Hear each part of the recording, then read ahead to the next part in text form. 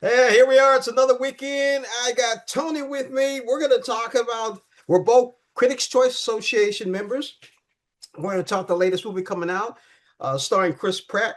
It happens to be in the near future. If I looked at it correctly, I think the date was 2029. I think that's what I saw, 2029. An advanced AI judge tells a captive detective that he's on trial for the murder of his wife. If he fails to prove his innocence within 90 minutes, he'll be executed on the spot.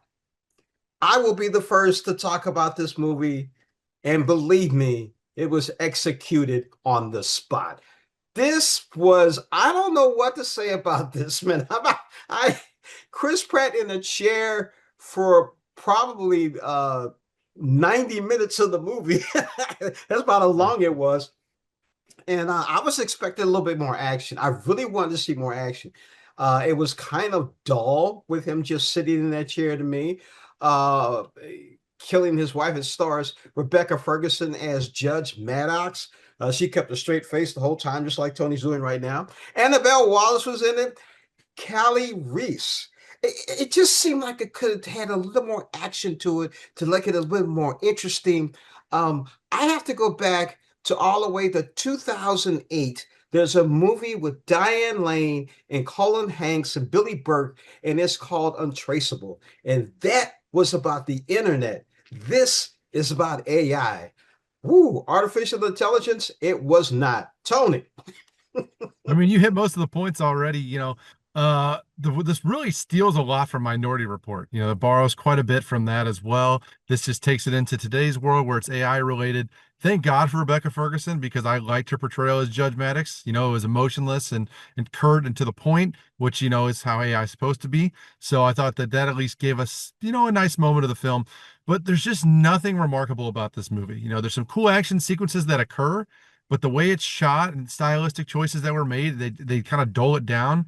It's very visual effects driven, which at times cool. The courtroom drama aspect, yes, there's some neat things that they explore with a 4D crime scene, but then it just kind of bogs it down and it becomes more of like showing off what we can do nowadays. Chris didn't get to do much sitting in that chair, so he's just there. Callie Reese has a few moments where she gets to show off her talent, but it's just unremarkable. And this is one of those movies that in a few weeks, folks, you're going to be able to watch on Prime Video. And you know what? It's probably going to get a lot of views at home, but it's not one that I could recommend you go spend your money on in the theater. What would you give it? I'm between a 2 and a 2.5. Like I said, it's entertaining enough to where it'll keep your attention span. It's only an hour and a half long, so it knows exactly what it needs to do in those 90 minutes. Yes, it's ridiculous. 90 minutes to prove your innocence is absurd, but that's just get rid of have some disbelief for a little bit. There's enough entertainment value there, but do not go pay full price. That's right, folks. I agree with them. Do not pay full price.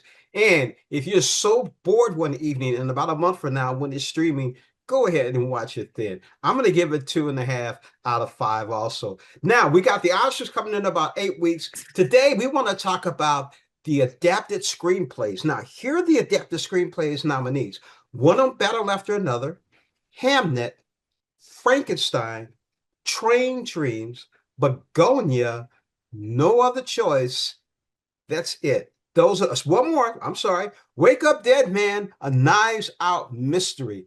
Now, let's go back a little bit. In the Critics' Choice Awards, and Golden Globe Awards, did one battle after another win both of those? It did, and then of course, with Gold Globes, or with Critics' Choice, it's split between adapted and original. But we're waiting for the Academy Award nominations to come out. They're not yet released, so you can kind of plan that what you think those five are going to be. And at this point, it seems pretty much a done deal. There can always be upsets here and there, but Mhm. I think the five that stand out among the rest are pretty clear at this point. So with the five, I'm going to say the five I think stand out are One Battle After Another, Hamnet, Frankenstein, Train Dreams, and I guess Begonia. You left out Sinners. Oh, adapt. I thought this original screenplay. Oh, for original, sorry. We're So talking about adapted, so Sinners is original. right? So we're talking adapted. Okay.